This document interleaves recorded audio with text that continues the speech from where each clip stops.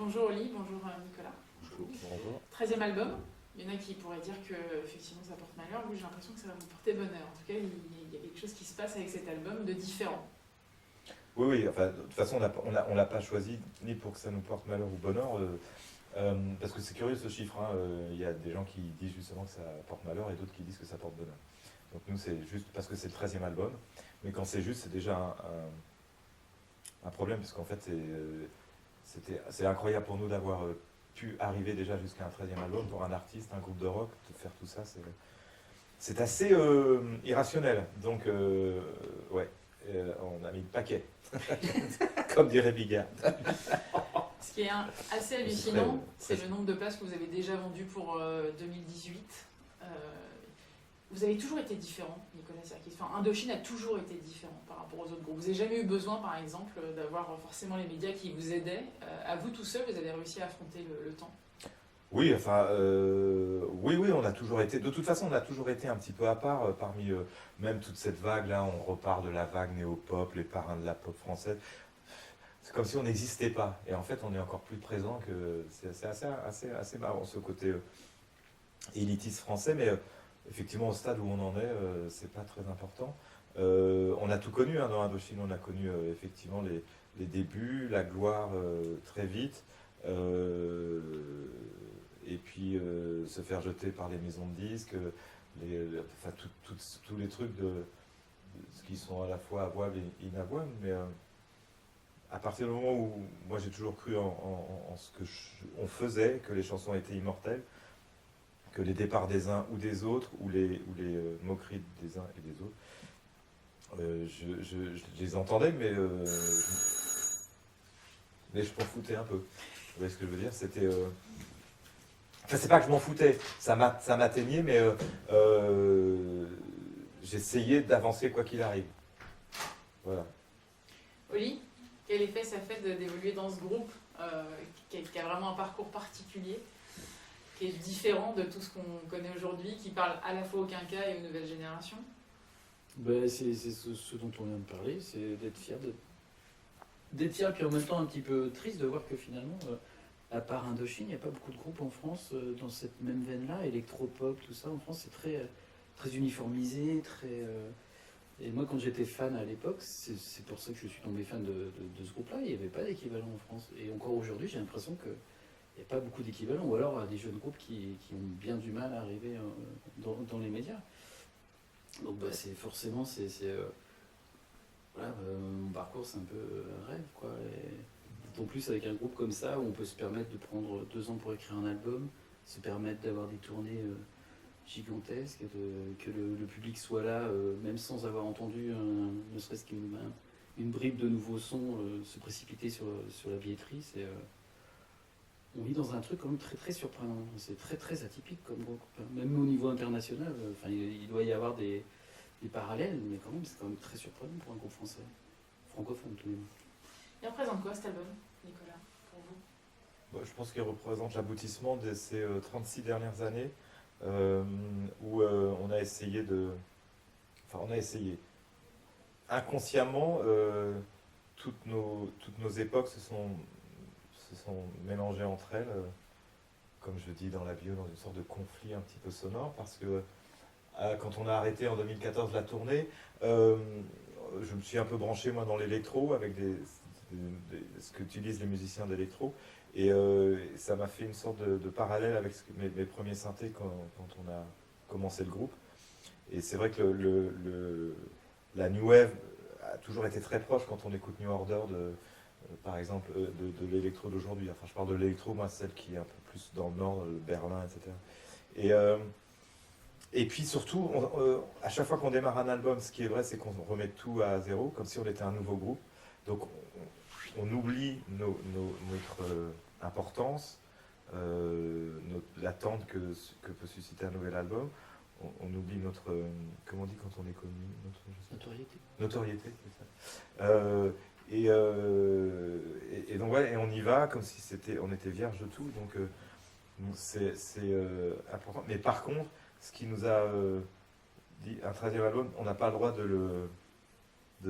pas de le rater, mais disons enfin voilà, ce qui m'angoisse le plus, c'est qu'on nous dise Indochine c'était mieux avant, je les ai vus en concert, c'est mieux. Donc on va toujours vers le futur et encore plus fort. Et on a cette chance-là, nous, que les gens ont envie d'écouter des nouveaux morceaux. Alors ça, on s'en rend compte après, qu'on est super attendu, etc. D'abord, on se focalise sur le travail en disant, voilà, il faut que cet album soit le meilleur des 12 réunis précédents. Donc,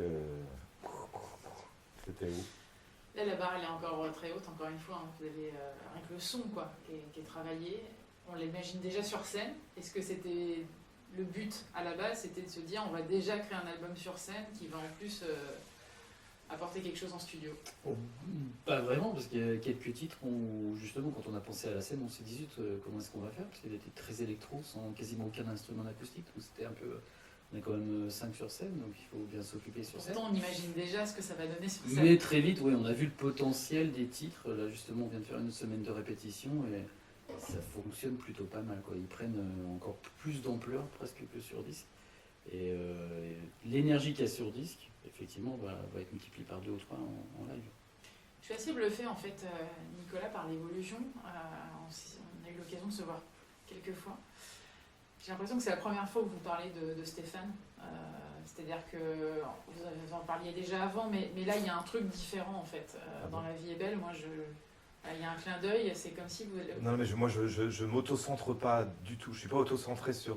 c'est-à-dire que justement, il y a beaucoup trop de chanteurs ou de types qui écrivent des textes dans la musique qui parlent d'eux, de leur malheur du monde, etc. Moi, j'ai jamais fait ça.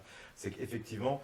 Il y a certainement des doses d'inconscience qui viennent pimenter un petit peu un texte, mais La vie est belle, je ne l'ai pas du tout pensé par rapport à ce qui m'est arrivé personnellement ou dans la vie privée. J'ai pensé qu'effectivement, j'ai démarré par cette phrase, je suis né ici pour n'être qu'avec toi, et je trouvais que c'était une des plus belles preuves, justement, même au-delà de ce que peut être un couple amoureux ou de l'amour entre 2 personnes, d'accompagner quelqu'un, comme on dit, à la vie et à la mort, mais au-delà de ça, de l'accompagner effectivement dans les cruautés que peuvent être la vie, comme la maladie ou des accidents, ce genre de choses.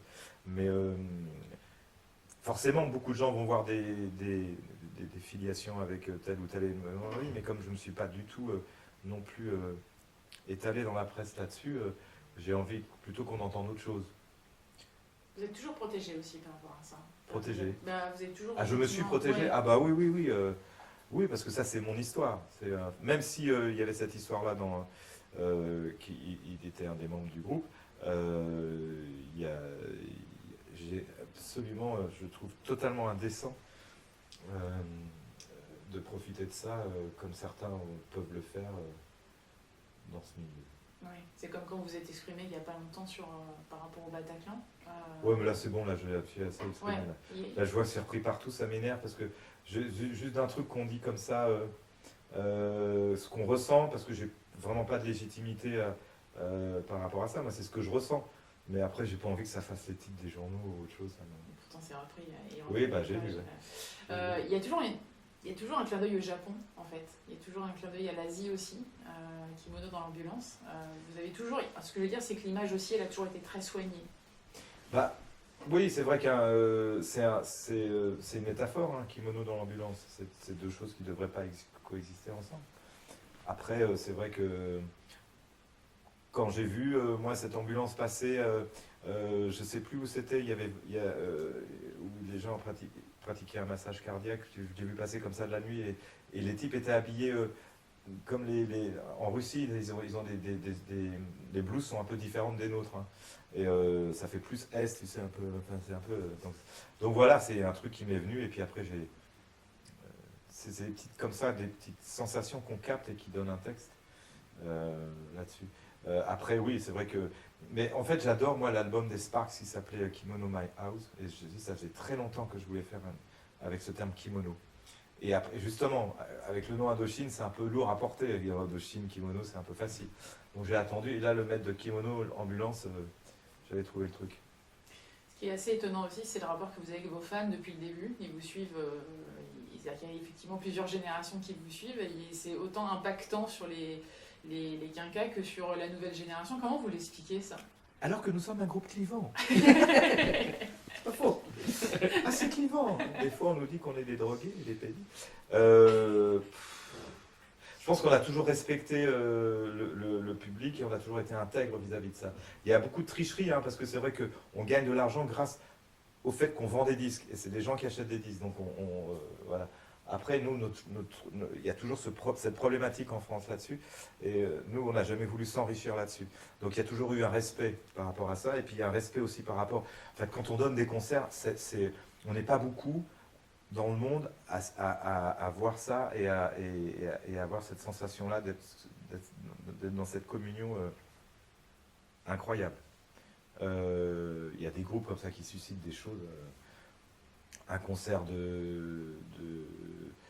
les premiers concerts de U2, il se passait quelque chose. Enfin, il y a toujours quelque chose. Et la première fois qu'on est monté sur scène, il s'est passé quelque chose. Donc voilà, donc c'est magique. C'est irrationnel, mais c'est comme ça.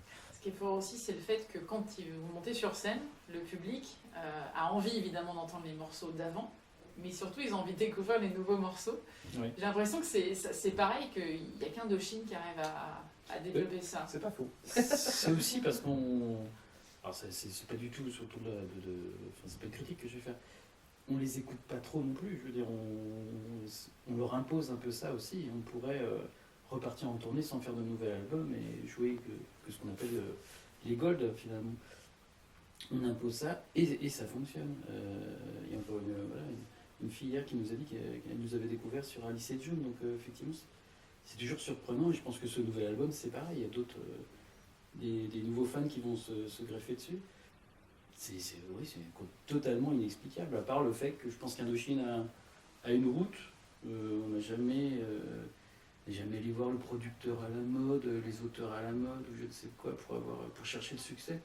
On est resté dans ce qu'on sait faire. Et visiblement, les gens s'y retrouvent. Maintenant, c'est à double tranchant, hein, parce que la playlist s'allonge. Vu qu'à chaque album, il y a 3-4 morceaux ou 5 qui restent, on est obligé de faire un choix impartial et c'est dur. Donc il serait temps que ça s'arrête. C'est moi qui m'y colle sur la playlist et c'est bien compliqué. Ouais, ça devient compliqué parce que ça devient monstrueux. Alors donc des fois on est obligé de passer, d'oublier, pas d'oublier, mais enfin de zapper un album ou deux. Et alors il y a des fans qui disent vous n'avez pas joué cet album, pourquoi vous l'aimez pas? Je dis mais si, c'est compliqué ça. Hein. Est-ce que vous doutez beaucoup? J'ai l'impression que vous doutez beaucoup. En permanence. Mais c'est bien de douter. Je veux dire, ça déjà, c'est bien d'être détesté, de douter. C'est bien d'avoir des remords et d'avoir des regrets, parce que tout ça, ça donne une certaine humilité à la vie et à soi. Oui, moi je doute. Être sûr de soi, c'est insupportable. Il y a que les gens qui prennent de la coke qui sont sûrs de soi. Non, mais voilà, être sûr de soi, c'est bien aussi, quelque part. J'aimerais bien être sûr de moi, mais c'est pas drôle, quelque part.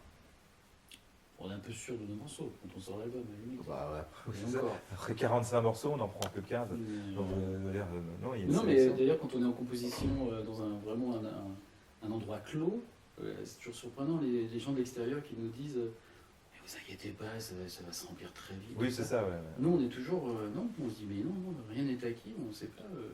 c'est arrivé à tout le monde, hein. Johnny Hallyday, quand il a fait son truc aux États-Unis, ça a été un flop monumental, pourtant il était... C'était Johnny. On a fait des albums qui n'ont pas du tout marché. Donc on a vu aussi ça. Mais c'est pas à ça que je pense. Parce que là maintenant, ça je m'en fous. Mais c'est oui, c'est de douter des morceaux jusqu'au moment de toute façon. Là, il sort demain. Et après, là, on peut plus rien faire. Donc oui, moi j'ai tous les albums qui ont cartonné, c'est les albums dont je doutais le plus, où je flippais le plus, enfin flipper c'est pas le mot, mais que je détestais le plus. Vous avez peur là pour la sortie de... Non, c'est pas une peur, non, mais là ça va, depuis 15 jours on a vu les retours de presse, on est plutôt satisfait. Mais ouais, c'est anxieux, anxieux, et puis c'est aussi un peu difficile de savoir qu'il y a des morceaux qui vont passer inaperçus. Parce qu'aujourd'hui, il y a 15 morceaux, on sait qu'il y a des morceaux qui vont passer inaperçus, à part quelques fans. Et nous, on y a mis tellement de notre vie, de notre cœur. Donc voilà, mais bon, c'est comme ça. Hein. Quels sont les thèmes les plus importants pour vous, en tout cas qui figurent dans cet album? Parce que vous en évoquez tellement que... Enfin, pas tant que ça finalement. Mais il y a l'impression qu'il y a aussi... L'espoir que tout s'arrange. C'est un des thèmes principaux, je pense. L'espoir d'aller ailleurs, l'espoir que ça s'arrange, l'espoir d'aimer quelqu'un, l'espoir de... oui, enfin, je ne sais pas si c'est un thème, l'espoir, c'est un thème, l'espoir. L'espérance, oui, l'espérance. Un beau thème de philosophie. Enfin, une question au bac. Est-ce que l'espoir qu'est-ce que vous avez dit? C'est une réalité. Est une réalité. Non, quels sont vos thèmes préférés? Enfin bref. Ouais, l'espoir. Vous parlez Oui, c'est d'égoïsme l'espoir. aussi. Pardon? Vous parlez d'égoïsme aussi dans cet album. J'ai l'impression qu'il y a un focus sur l'égoïsme qui est fait. Sur... On est totalement une civilisation égoïste. Je veux dire, il y a à 2 heures d'ici ou 1 heure d'avion, il y a des gens qui se noient pour essayer d'arriver dans un pays un peu, parce que ce qu'ils ont eux dans leur pays, c'est un véritable enfer. Et il y a quelques bateaux d'ONG qui essaient de les soigner. Par exemple, ça c'est juste un exemple. Dans notre rue, il y a des gens qui crèvent de faim. Oui, on est totalement égoïste. On a notre confort personnel, etc. Alors après, c'est vraiment, nous, on est dans notre position. J'aime pas en parler de ça parce que ça va susciter des commentaires ridicules. Il n'y a qu'à les accueillir, les réfugiés chez lui qui a plein de... Ouais, voilà, donc ce genre de truc un peu poujadiste, etc. Donc, on a je trouve qu'on est une société qui crève d'égoïsme et de jalousie. En général, là je parle en général, parce qu'il y a des gens qui ne le sont pas du tout et des gens qui ne sont pas et qui font vraiment des choses très très fortes. Donc voilà, c'est pour ça que je dis qu'il y a toujours un peu d'espoir. Ce qui est fou aussi, c'est le soin apporté toujours au son, je le disais tout à l'heure. Sur Black Sky, par exemple, l'arrêt brutal, un peu comme un message d'effacement. Enfin voilà, il se passe plein de choses à l'intérieur de cet album. En fait, c'est quand l'idée, c'était, on ouvre le mec, il se barre dans l'espace, il coupe les ponts, il pète les plombs, je m'en vais, il va voir ce qui se passe ailleurs. Et puis en fait, pour moi, dans l'image que j'avais, c'est il ouvre la porte de l'espace et là, c'est... On ne sait pas. On ne sait pas. C'est le silence. Enfin, je veux dire, il y a de toute façon l'espace, Oui. on ne s'entend pas respirer, tu sais. C'est ça. l'espace. Ouais. Est-ce que c'est lié aussi à votre façon de créer, quelque part, enfin d'écrire ou autre? Vous avez besoin aussi de vous retrouver... On fait vraiment des petits opéras, des films. Ouais. Scénario, en fait. C'est très cinématographique. Oui, c'est très cinématographique. C'est effectivement, oui, je pense. Et puis après, lui, il est très, très, très branché dans les sons, les machins, etc. En fait, c'est le son de cette chanson qui m'a véhiculé ce qu'il a fait, qui m'a véhiculé cette idée d'espace, de choses comme ça. Oli, le son Oli. à travailler. Oui. C'est vrai que j'ai l'impression que cet album-là, les gens ont plus remarqué le travail du son, même si on s'est toujours attardé, vraiment avec beaucoup d'insistance. Mais oui, le son, je trouve que c'est un minimum de travailler tous les sons, de chercher le son, C'est-à-dire qu'il y a le son, ce qui est bluffant, quoi. c'est qu'il y a le son, mais on entend les textes aussi. Voilà. On sent que le son oui. apporté, c'était ce 13e album, on veut à la fois qu'il y ait des messages qui passent, et en même temps on veut lécher un certain nombre de Les choses. textes arrivent après, à part pour La Vie est belle, mais les textes arrivent après, donc effectivement nos démos sont déjà, avant que ça passe par les pattes d'un mixeur, sont déjà très très aboutis. Il y a déjà tout l'univers là, tout Ah ouais, j'ai juste qu'à mettre la couleur sur le morceau. Le morceau, il est tel quel. Et la musique et son climat m'a véhiculé le texte. J'écris toujours le texte après. À part effectivement pour la première fois La Vie est belle, où le texte était écrit avant. Le lien aussi avec Michael Furnon. Voilà, justement. Michael Furnon, il m'envoie des chansons depuis J'ai demandé à la Lune. Chaque fois qu'on fait un album, il m'envoie 2-3 idées, ou même des morceaux. Et je les ai jamais sélectionnés. Certainement pas à cause qu'elles étaient mauvaises, mais c'est parce que après le monstre qui est devenu, le monstre au sens positif, qui est devenu J'ai demandé à la Lune, c'est compliqué d'arriver après. Et cette fois-ci, il m'a dit j'en ai marre de t'envoyer des chansons que tu ne prennes pas. Maintenant, tu vas m'envoyer un texte. Donc j'ai dit ok, et je lui ai envoyé le texte de La Vie est belle, qui était à 80% à peu près le même. Et il nous a rendu la musique. Donc j'aime bien déjà cette fidélité qu'on a entre lui et nous, et que c'est une façon différente d'avoir travaillé aussi. Quelle est la chanson qui vous parle le plus à tous les deux? Je sais, c'est toujours chiant ce genre de questions, mais c'est important pour moi. Sur cet album? Ouais, sur cet album, ouais. Il y en a toujours une qui a un petit coup de cœur. Ça dépend un peu des humeurs du jour. Alors l'humeur du jour. Celle qui revient pour moi, ce serait Carthagène, ouais, peut-être. Pourquoi? Alors là, c'est dur à expliquer, parce que grâce au texte, aussi je trouve que c'est un morceau un peu étrange, où il n'y a pas vraiment de refrain, le refrain arrive à la fin. Il y a ce passage un peu presque clash que je pense dans Indochine est totalement nouveau. Et en même temps, il y a des sons très synthétiques. Voilà, c'est un peu peut-être que c'est le titre qui résumerait peut-être l'album, je ne sais pas. Mais celui-là, ouais. Nicolas. Ben, jusqu'à nos répétitions, je pensais un peu pareil. Et puis là, en live, en Darger, ça va donner quelque chose d'une puissance jamais égalée. Non, il y a des frissons incroyables qui se passent sur ce C'est morceau. vrai. Je voudrais juste qu'on parle de la scène pour terminer, on en a déjà un peu parlé tout à l'heure, mais c'est particulier là, j'ai l'impression qu'il y a un 13e album, mais j'ai l'impression que cette scène-là, elle va être différente de ce que vous avez fait avant, que vous vous éclatez de plus en plus, même si vous êtes toujours... Oui, là, ces répétitions, alors que c'est les plus ardues, c'est-à-dire commencer à faire exister des nouveaux morceaux sur scène, avec 2 ou 3 musiciens qui n'ont pas forcément joué sur l'album, sur certains morceaux, c'est compliqué, c'est la période la plus pénible, et ça s'est plutôt bien passé. Là, je trouve qu'on arrive à... La méthode de travail est assez, c'est assez complexe, parce que c'est un long travail. D'abord, il y a le travail des répétitions avec les musiciens, puis après, il y a le travail de répétition avec les backliners pour savoir exactement où doivent, parce qu'ils programment des sons.